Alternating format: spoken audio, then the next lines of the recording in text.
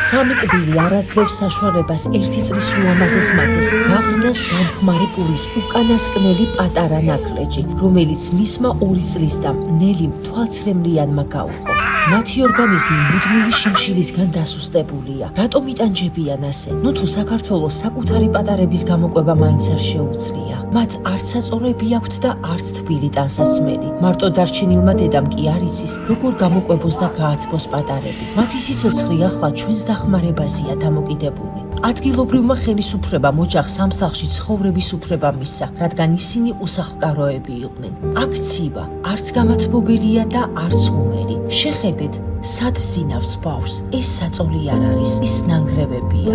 ზევინარი ნებისმიერ სამუშაოზე თანახმა იყო, მინდორში მოსავლის აღებისას. ახლა ბავშვების დამტოვებელი არავინ ჰყავს. მეუღლე წავიდა და სოციალური დახმარების ანაბარა მიატოვა. ბავშვებს სუსტი ჯანმრთელობა აქვთ, რაციების დროს ტემპერატურა 40 გრადუსამდე აზდით და კრონჩხვები ეწყებათ. მათ არც აბაზანა აქვთ და არც აბირფარეშო, არც არაცხი მანქანა. თქვენ შეგიძლიათ დაეხმაროთ ამ ოჯახს გადარჩენაში. გადარიცხეთ ნებისმიერი თანხა ჩერნოვეცკის ფონდის ოფიციალური საიტის მეშვეობით.